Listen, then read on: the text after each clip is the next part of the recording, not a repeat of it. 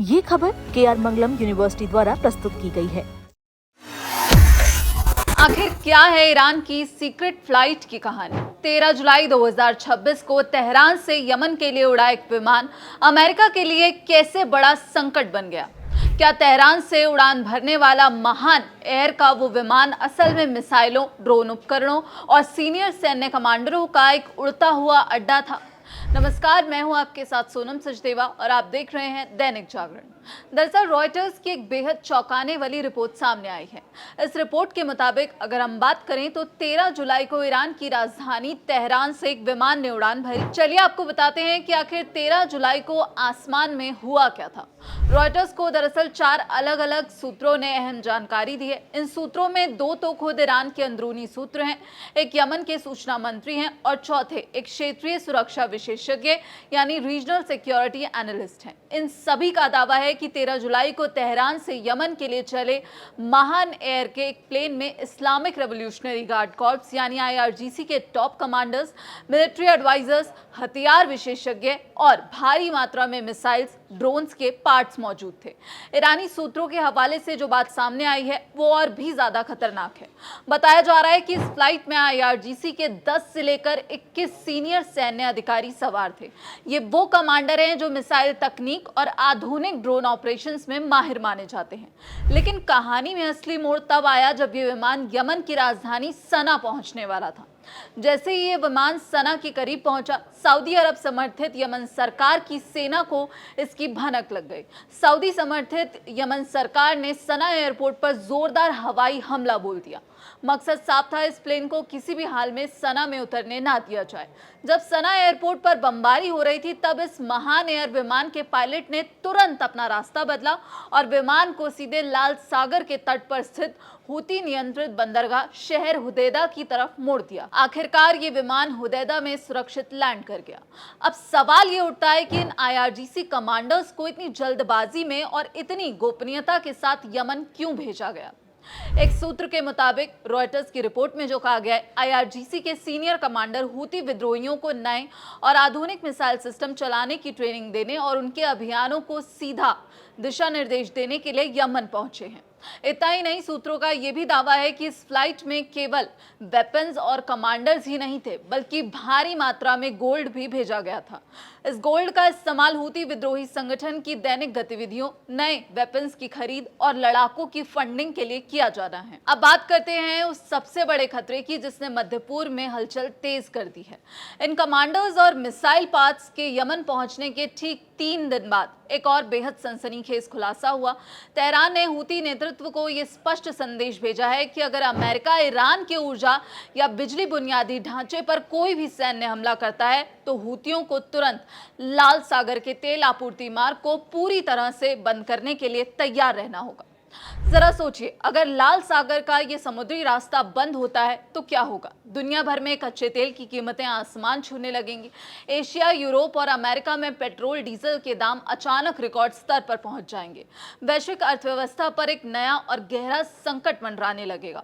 ये सिर्फ एक सैन्य कदम नहीं है बल्कि दुनिया की अर्थव्यवस्था की गर्दन दबाने की एक सोची समझी कूटनीतिक चाल है। हूती और ईरानी समर्थित गुटों की गतिविधियों पर वर्षों से नजर रख रहे जाने माने सुरक्षा और खुफिया विश्लेषक मुजाहिब अल सलेम ने इस खबर पर अपनी मोहर लगाई है। अल सलेम ने पुष्टि की है कि 13 जुलाई की इस फ्लाइट के जरिए न सिर्फ IRGC के सीनियर एक्सपर्ट्स यमन पहुंचे बल्कि इस विमान के कार्गो में कम दूरी और मध्यम दूरी की मिसाइलें यानी short and medium range missiles और घातक ड्रोन्स के बेहद संवेदनशील पार्ट्स लाए गए थे। ये वही मिसाइल और ड्रोन सिस्टम है जिनका इस्तेमाल हूती विद्रोही इससे पहले सऊदी अरब के तेल ठिकानों और UAE के अबू धाबी जैसे शहरों पर हमले करने के लिए करते रहे हैं। आपको बता दें, अल सलेम ने एक और चौंकाने वाला दावा किया है। उन्होंने बताया कि ये पहली बार नहीं है जब ईरान ने यमन में अपने सैन्य सलाहकार भेजे हैं। पिछले साल जब इजराइल और मध्य पूर्व के अन्य गुटों के बीच युद्ध भड़का था तब भी तेहरान ने सोमालिया के गुप्त रास्तों का इस्तेमाल करके अपने मिलिट्री एडवाइजर्स को यमन भेजा था।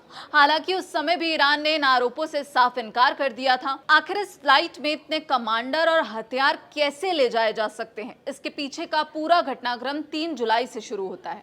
ईरान के विदेश मंत्रालय के मुताबिक इस्माइल बगई ने 20 जुलाई को तेहरान में एक प्रेस कॉन्फ्रेंस की।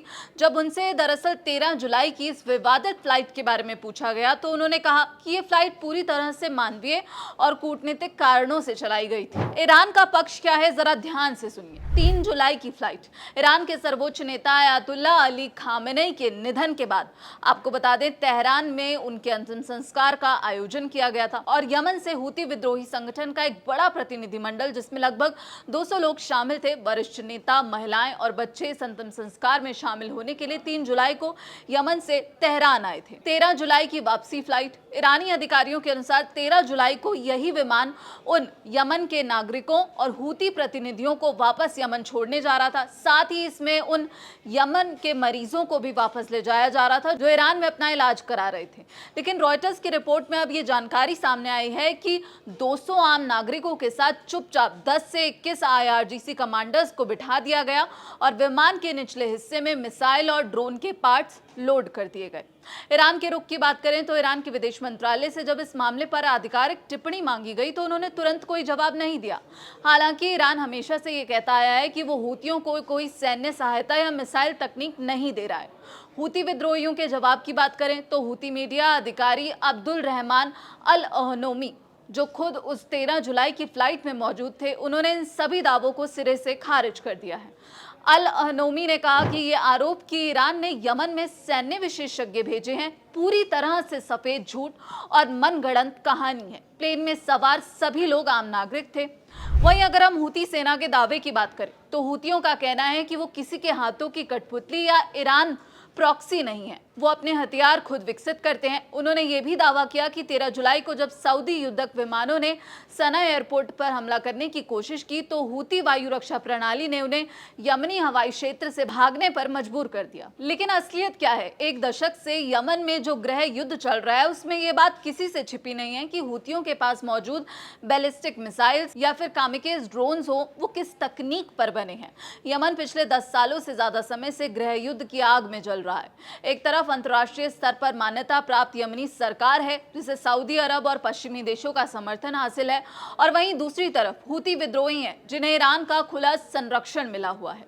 13 जुलाई 2026 की यह घटना दिखाती है कि मध्य पूर्व में तनाव अब अपने चरम सीमा पर पहुंच चुका है। अगर हूती विद्रोही लाल सागर के इस व्यापारिक मार्ग को रोकने में कामयाब होते हैं तो इसका असर केवल अमेरिका या फिर सऊदी अरब पर नहीं पड़ेगा, बल्कि दुनिया के जो तमाम देश हैं उन पर पड़ता हुआ नजर आएगा जो अपनी ऊर्जा जरूरतों के लिए तेल पर निर्भर हैं।